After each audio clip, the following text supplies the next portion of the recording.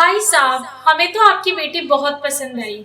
जैसी बहू की हमने कल्पना की थी, बिल्कुल वैसी है आपकी काशवी। जी बहन जी, ये तो बहुत अच्छी बात है। अब काशवी की माँ तो है नहीं, सास के रूप में माँ मिल जाएगी।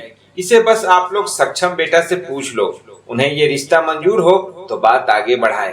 अंकल, कोई भी फैसला लेने से पहले मैं काशवी से अकेले में बात करना चाहूँगा, अगर आपकी इजाजत हो तो। बिल्कुल बेटा, जाओ काशवी, सक्षम को बाहर गार्डन में ले जाओ। चलिए, कहानी को आगे बढ़ाने से पहले आपको थोड़ा सा अपने पात्रों से मिलवाते हैं। सचिन जी, काशवी और किंसुक के पिता, जिनकी पत्नी का कुछ साल पहले स्वर्गवास हो गया था।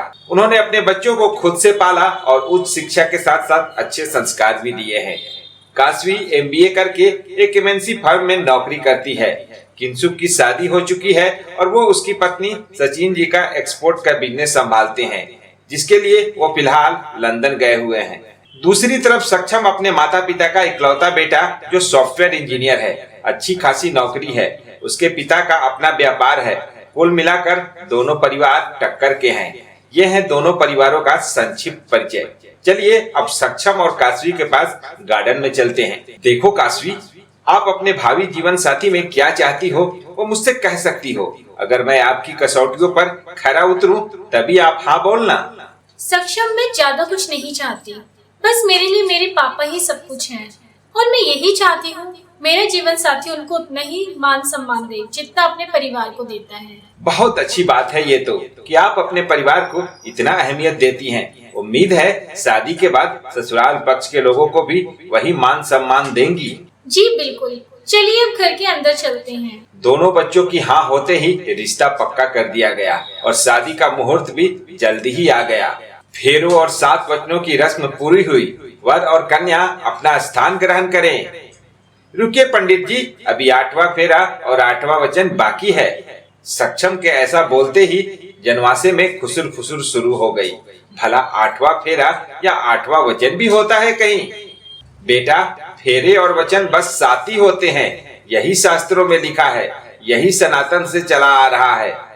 पंडित जी, ये 7 फेरे तो हमने एक दूसरे को 7 वचन देकर लिए हैं, जो हमारे आने वाले जीवन को मजबूती प्रदान करेंगे, एक पति पत्नी के रूप में। हाँ, तो आप दोनों पति पत्नी के रिश्ते में बंध रहे हैं तो एक दूसरे को ही तो 7 वचन देंगे।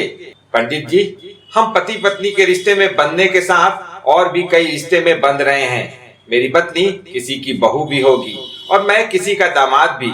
तो मैं 8वां वचन अपनी पत्नी को ये देता हूँ, जैसे तुम मेरे माँ बाप की सेवा करोगी, उनका ध्यान रखोगी उनकी बेटी बनकर, वैसे ही मैं भी तुम्हारे पिता का बेटा बनकर उनका ख्याल रखूंगा। साथ ही तुमसे ये वचन चाहता हूँ कि जीवन के किसी मोड़ पर तुम्हारा मेरे माता पिता से मतभेद भी हो तो भी मुझे उनसे अलग होने को या उन्हें वृद्धा आश्रम में छोड़ने को नहीं कहोगी, ना उनसे दुर्व्यवहार करोगी।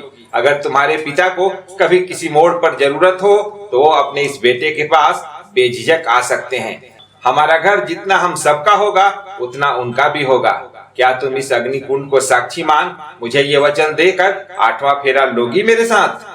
पर सक्षम, जब हमारी बात तभी हो गई थी, हम दोनों परिवारों को मान देंगे, फिर अब ये सब?